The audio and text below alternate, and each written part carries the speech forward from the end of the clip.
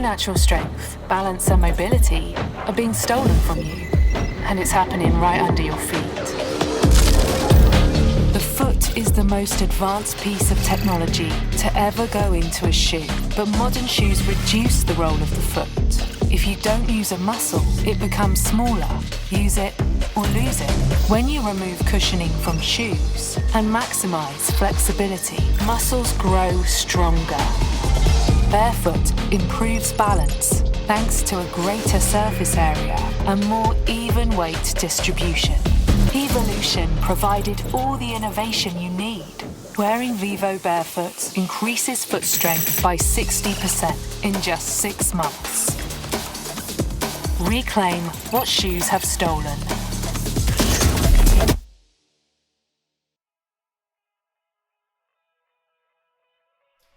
Hello everyone and welcome to another video and a rather obnoxiously large collection of Vivo Barefoot shoes. And you know what's mad? This isn't even all of it. So what I'm going to do today is run you through my experience having worn these for 18 months. You might have seen my previous video where I covered my experience after 4 months. So treat this as a bit of a follow-up, a bit more of an in-depth experiential evaluation from my point of view with a few things that you can take away as well as a bit of a review of the range, the shoes, what I like, what I necessarily don't like, how you can implement them in your day-to-day life, what the benefits are, what the benefits might not be, what the misconceptions might not be, etc, etc. I'm going to be as in-depth as I can, which is why I have confidently called this the most in-depth Vivo Barefoot shoe review on YouTube. You can let me know if you think that's a ridiculous claim in the comments down below, but I'm going to run with it.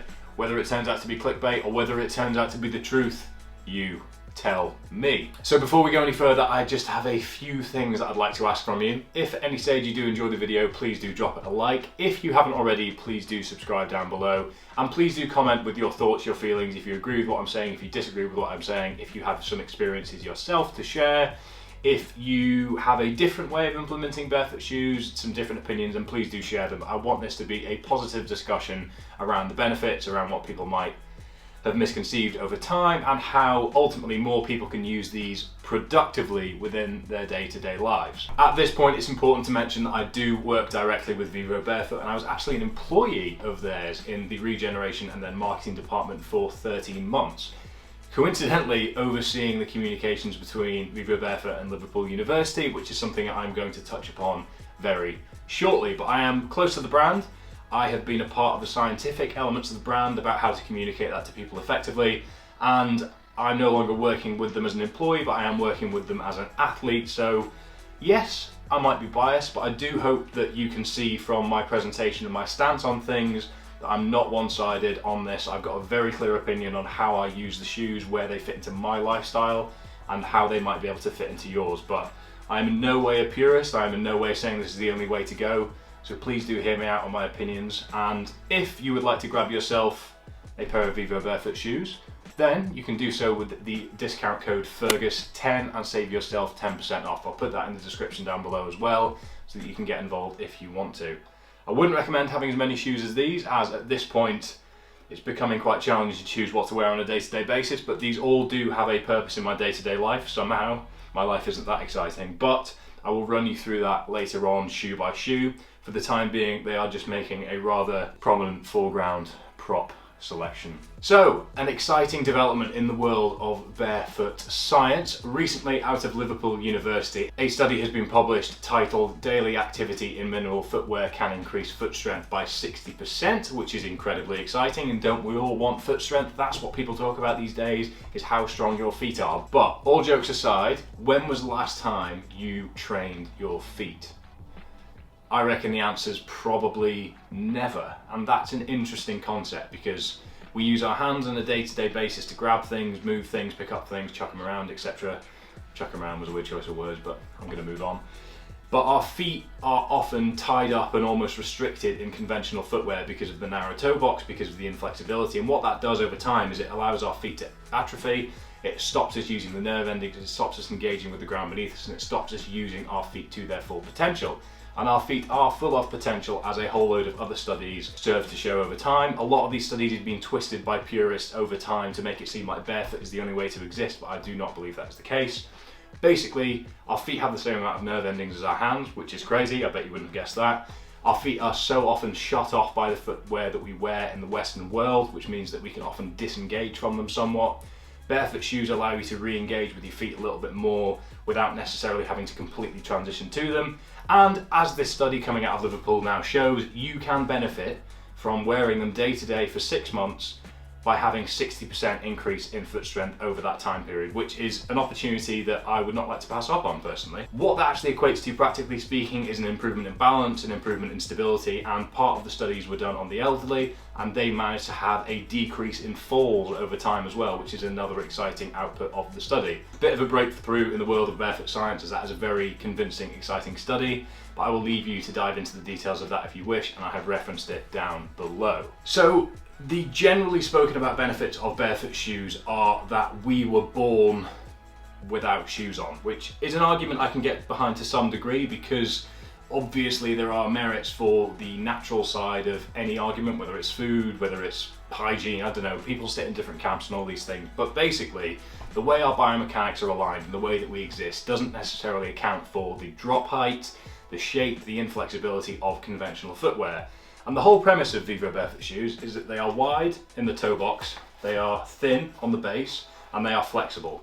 And what that means is that there is as little basically interference with your foot and the ground as possible. So it's just puncture proofing really between your feet and the floor. So we live in the Western world for the most part, I think people watching this are, and it's not necessarily culturally appropriate to walk around in bare feet, and these basically provide protection from dog poo, glass, whatever might be in your local area. I won't judge.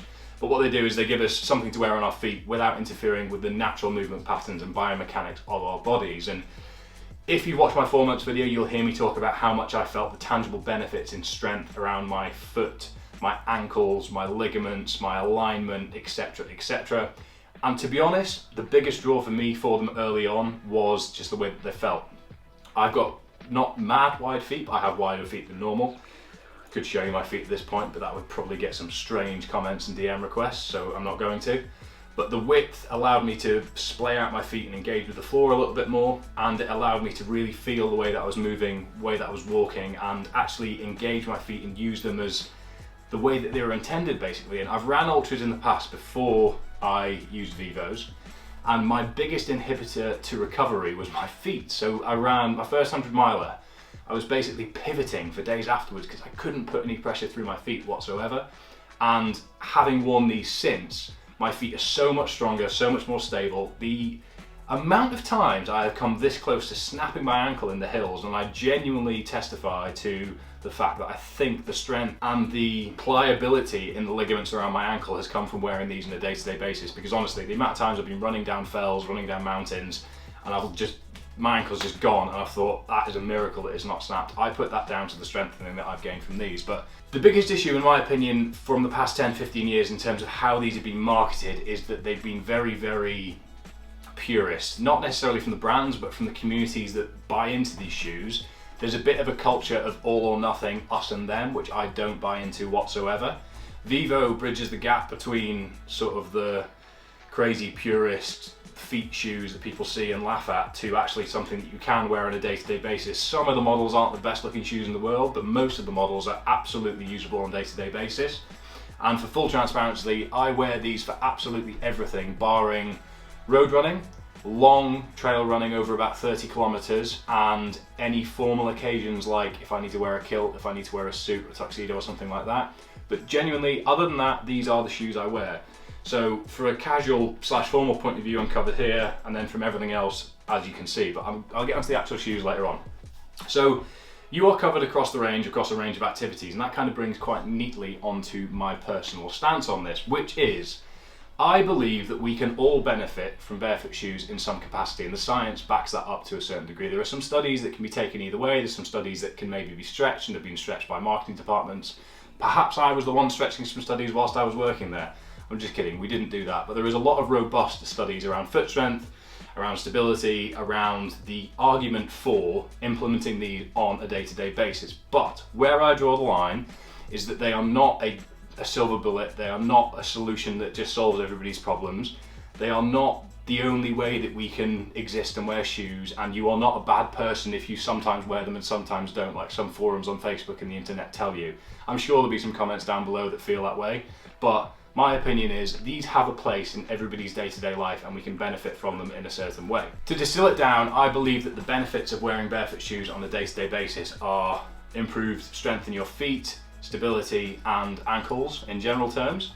It allows us to move biomechanically, naturally and aligned. I want to move away from the word natural because it can obviously be twisted, but we are biomechanically aligned because the way that we are formed doesn't account for the tilt in normal shoes and the drop height, etc, etc. So walking on a day-to-day basis, we are moving with everything in the position as it should be, our center of gravity as it should be. We're not tilting our hips forward, tilting our knees forward. And we're going to get onto running in more detail, but that's a key part of this in terms of the alignment argument and injuries and pain, etc, etc. But generally speaking, if we wear conventional shoes all day, every day, working whatever job that we do, then we are going to be shutting off our feet as if they're in a cast. And you'll know if you've ever had a cast on, you atrophy, you lose control, you lose sensation, you lose the sort of power that you previously had in wherever you had the cast on. And to a degree, that is what we are doing when we put on conventional shoes, because they're rigid, they're narrow, and they're forcing our feet to constrict.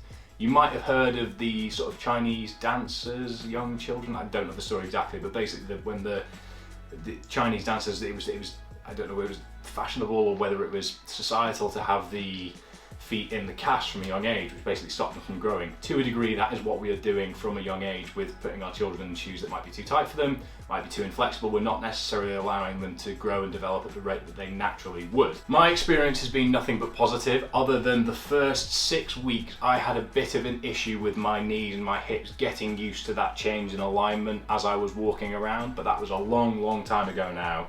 And on a day-to-day basis, I will walk up to 20,000 steps in these shoes, whatever variety they are. I will run up to 30 kilometers on trails. Any long hikes, I'll wear them as well. And I have found it to be the most natural way, most enjoyable way for me to engage with the floor. And I've found that from a day-to-day perspective, I really enjoy having that sort of control over the floor. I feel much more connected to the ground, especially when I'm out in nature. I feel much more immersed within the area that I'm in. And there've been a few instances recently where I've had to walk on marathons, etc. in running shoes, and I honestly hate the feeling of walking in running trainers or shoes with the drop height or shoes that are inflexible and rigid, because it just feels like it's shutting off all the nerves, all the blood flow in my feet, and I really don't like it. But I do still run on roads in running trainers, which we will get to. I think the best place for an individual to start is by choosing a daily activity that they wear a pair of barefoot shoes for. So whether that is walking to and from the office, whether it's walking the dog in the morning, whether it's walking to and from the shops, whether it's for your walk listening to a podcast in the morning, whether it's I don't know, I've given enough examples there, but whatever, choose a specific activity per day and build up volume about 1,000 to 3,000 steps in them to start with, because what is very important to mention at this point is that you can't just go cold turkey from normal shoes, and you don't need to either. What is important is that for years and years and years, if we've been walking with a raised heel, if we've been walking leaning forwards, then our Achilles, it's not going to be able to stretch consistently to the length that we need it to be able to walk confidently and with volume in barefoot shoes. Because if we're going from a conventional running trainer, which is say 8 to 12 millimeters in drop height, and then take that to 0, we're going from this to this, which is that much more distance for our Achilles to move and to get accustomed to. This is where injuries have happened in the past, because people walk too much too soon. And if you think about it, if your hand was shut off for a period of time, you started using it all the time again, you'd feel fatigue. If you ever swim a long distance, having not swam a long distance in a long time, you'll be able to feel the small muscles in your hands that you never really think about having worked.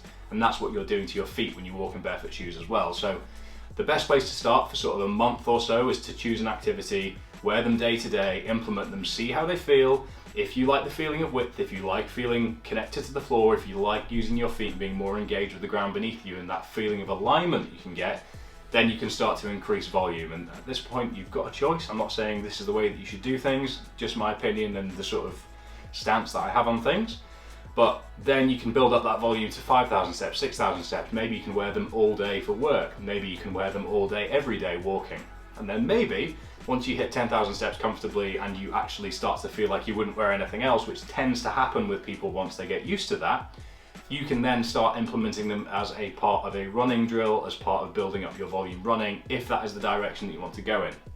Now, at this point, I think it's important to mention that there is a huge resurgence of barefoot running from reading Born to Run, from pros running, from thinking that running on your forefoot is inherently superior to a heel strike. It isn't necessarily the case, depending on your alignment and center of gravity, but barefoot running isn't necessarily better than running in trainers. There are studies that can easily be manipulated to make it seem like running shoes are the devil, they are the cause of all injuries, and running shoes should be got rid of. That's not necessarily the case. It's how we move in the running shoes and what we're doing around wearing them that might be causing the injuries, because since the creation of footwear, since the creation of running shoes, there have been a massive spike in running related, walking related injuries in the Western world. And that might partly be down to the fact that we're weakening our ankles, weakening our ligaments, weakening our feet by wearing restrictive footwear. So what can we do? By walking 10,000 steps in them each and every day, we're increasing the strength in our feet, we're increasing the stability in our feet, and as we've said from the study, 6 months of daily activity in minimal footwear can increase foot strength through our FHL by up to 60%. So in my mind, from a health point of view, from a holistic well-being point of view, if you want to improve your overall sort of postural alignment, the feeling going through your feet, the control of your feet, and re-engage with those muscles and with the ground beneath you, you don't necessarily need to go any further than walking in them all day, every day, having them as your shoe of choice for day to day. If you then want to move into running as well, then it's very advised to take it really steadily and slowly. Perhaps start on grass, perhaps start on just 100-meter strides over and over again until you get comfortable, because of that additional stress from the Achilles. But where performance and running technique, etc. comes into this is an interesting part, and this is where I'm very for them. So as I mentioned, a heel strike isn't inherently bad if it lands below our center of gravity. So when we're running, we want our shoulders, our hips, and our ankles to be all in line, straight line through our body, so that's our center of gravity. But what can easily happen is through cushioned footwear, we can allow our foot to swing out in front of that center of gravity, which means that when we strike the floor in front, all that impact is going up through our knees and our hips and not going up through us as it would if it was in a straight line. And that is where heel strikes can become negative, because that's taking all the force into our knees, into our hips, and that's potentially what's causing injuries. But running in barefoot shoes, it is very difficult for you to run like that without feeling that something is very wrong. So from a technique and a drill point of view, barefoot shoes are a fantastic way of engaging with the floor. It's a technique that sprinting coaches have used in the past, because they're very firm on the fact that if you can't feel the floor and spring off the floor, then you aren't running properly. So using them as part of a running regimen, maybe for some strides at the end of your session, or maybe as a way of warming up to try and get your center of gravity directly beneath you, or on a treadmill with a 180 metronome to get cadence drills up so that you're improving your stride efficiency. There's lots of ways that they can be implemented for that, because it means that it's very difficult to run ineffectively when you're in barefoot shoes. But that isn't to say that you should necessarily completely convert to them long term if you don't want to. There is running technology out there that you might want to make use of. There's carbon plates, there's evidence to suggest that the cushioning in shoes can reduce the perception of fatigue over time. So if you're like me and you're very performance oriented, you're going to want to get every little marginal gain that you can. But what you can do is you can reinforce your strength and your injury preventative capabilities by using these around that running. At this point, you can take this in whatever direction you want. If you want to completely convert to barefoot running because you love the way it feels, you like the fact you're connected to the floor, you feel it's more natural, that's absolutely fine. But the key thing to mention is that you do need to take it very slow. Start on grass, start on trails, start on terrain that forces you to really focus on how you're moving, rather than just pounding pavement and letting your Achilles bend and bend and bend to the point that it might become injured, because it takes a while to transition and become accustomed to that way of running, especially in zero drop shoes. What you can do as well is you can use a pair of Ultras, which are cushioned versions of these, basically. Zero drop wide toe box shoes that can help bridge the gap a little bit. That's what I did personally. But now what I do is I run trails in Vivos. I use them on treadmills occasionally for some strides and drills to keep my running form efficient and my cadence around the 180 mark. And then I run roads and trails over 30 kilometers in regular road running shoes. And I've recently gone back to shoes with a drop rather than Ultras, because coming off the bike on triathlons, my calves have already done so much work on the bike that when I was running in ultras, that additional stretch in the calves was causing me additional fatigue, which was becoming uncomfortable and affecting my performance. So I've simply put on a pair of shoes with an 8mm drop to give my calf some relief. So what have I done there? I've taken the premise of improving my stability, improving the strength of my feet, improving my feel with the ground, and actually just liking the way that they feel more, implemented it around my training, and they've got a firm purpose in my day-to-day life. And then when it's time to perform, when it's time to train, I've chosen my footwear according to the task at hand. But in doing so, I'm less susceptible to running injuries. I'm more in control of my running gait and the way that I'm running and how I'm interacting with the floor.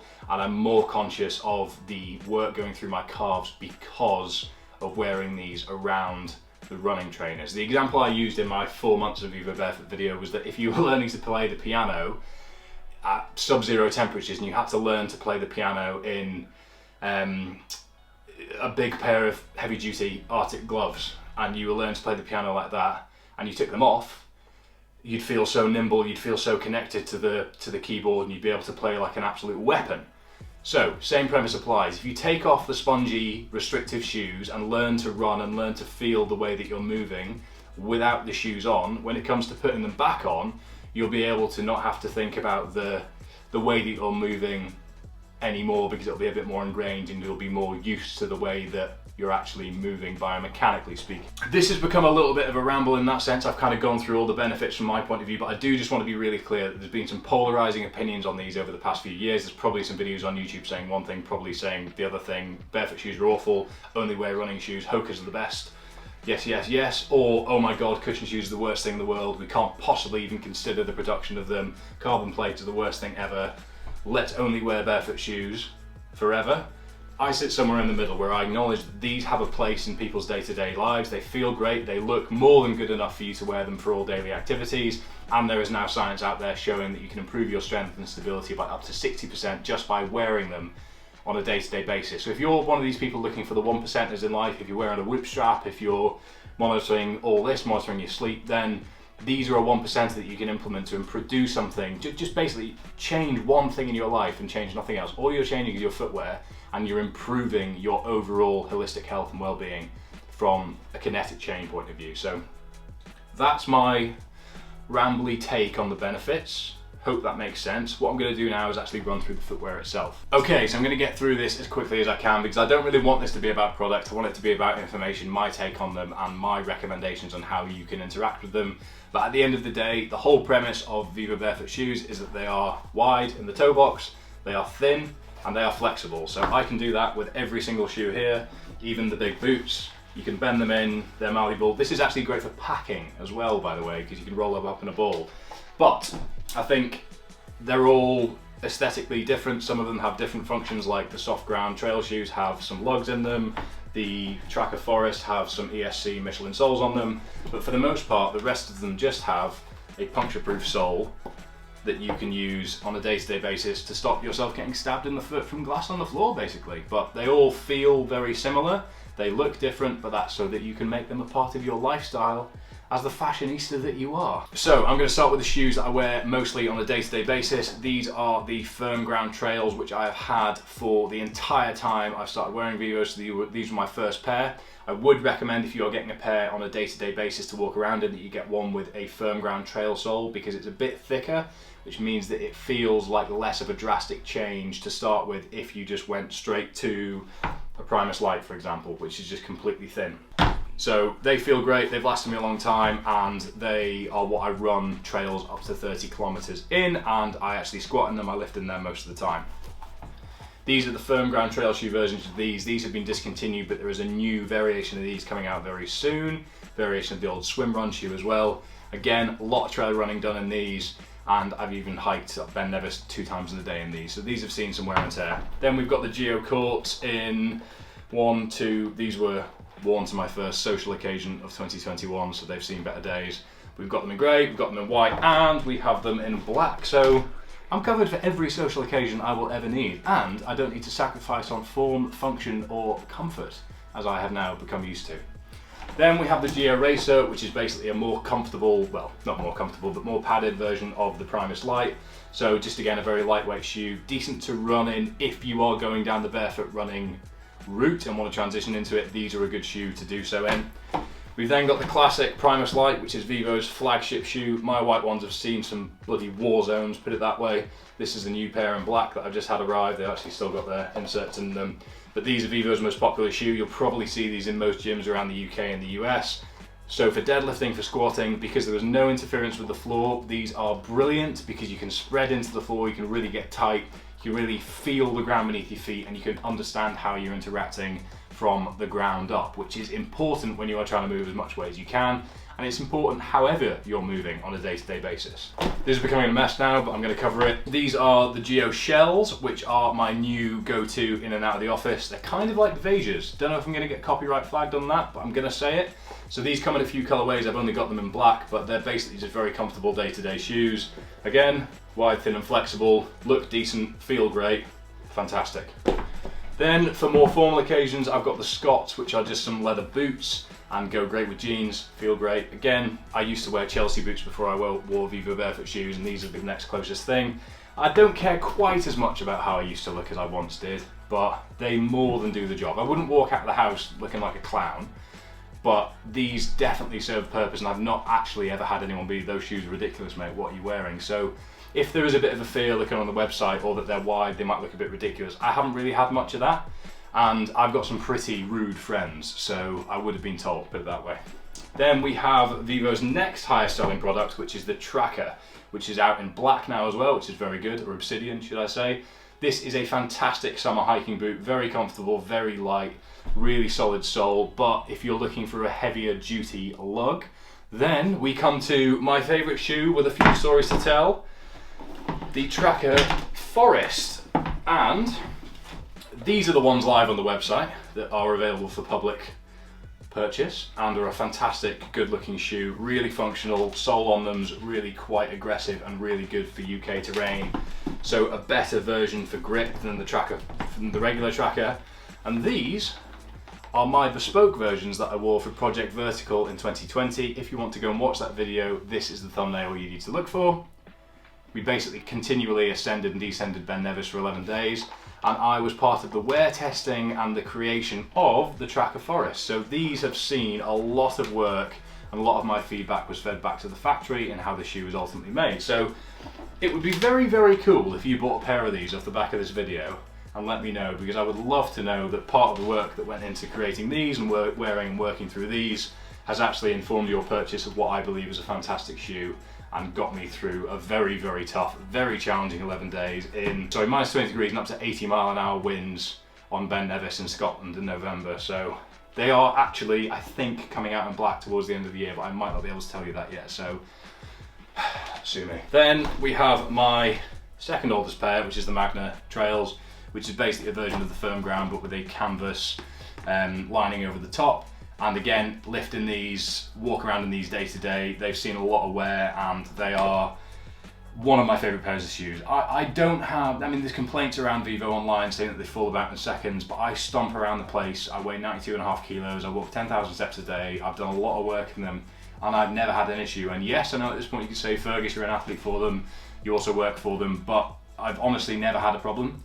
I might just be lucky. My honest opinion is that these have been fantastic for me in terms of feel, in terms of development, in terms of strength, and I've gone completely used to them, and I don't like the fact that from a performance point of view, I still have to choose to wear road running shoes for the sake of speed, performance, fatigue, and actually, when I'm 10 hours deep into an iron distance triathlon, my fatigue is going to catch up with me and my technique on running is going to fall apart a little bit. So there's a bit of a sacrifice I make there where I'm going to sacrifice technique and just flail around a little bit and let the cushioning and the running shoes take the hit. But I know, as I've said, that as I wear these day in, day out, I am therefore less susceptible to the injuries that often plague recreational runners. So I hope that makes sense. Other things to mention is the Primus Firm Ground knits, which are a knitted version of these, so just a slightly softer upper. Again, landing really well on the website. I've been running around the Pentlands in these. They're very clean, somehow. For running around in them, it must have been dry. Mind you, it's been quite a pleasant summer so far, but I've made a mess. I hope that's a bit of an overview. As I've said, I didn't want to make this too much about product with me cuddling my shoes. Mine. But that is an overview from my point of view. If you do have any questions on anything I've said, please do comment them down below. Remember, you can get 10% off with Fergus 10 in the UK, Australia and the States, I believe. Might be wrong, but if not, I'll bring it up and put it in the description or the comments once resolved. So let me know if you've got any issues, but I hope that's helpful. I hope that helps clear up a few of the inconsistencies around, do you need to be in them all the time? If you don't go all in, is it even worth buying a pair? Yes, we can all benefit from wearing them a little bit on a day-to-day basis, and they all have a place in our day-to-day lives. Whether you want to wear them full-time or not is completely up to you. If you want to run in them, then please do be careful, please do transition slowly. There's lots of great resources online, and Vivo have a lot of ways in which they can help you with your transition as well. So please do make sure to do that. And the other thing finally to mention is that Revivo is live and operational, which is the repair and reselling service. So if you've got a pair that is completely worn out, you can send it back to be refurbished and sold on, or you can send it back to be refurbished and sent back to you in some models. So that's definitely something to consider if you are getting through them and you are invested in the brand and wearing them this way. But I'm conscious it's quite a long video now. I hope it's been informative, and I hope, oh my, do I hope that this is indeed the most in-depth Vivo Barefoot review available on YouTube. If not, I will look a fool, but if you've made it this far, I'm hoping I've caught your attention. So just a quick reminder to like the video, subscribe and comment down below if you have enjoyed it. Thank you very much for watching. Happy barefooting. See you next time.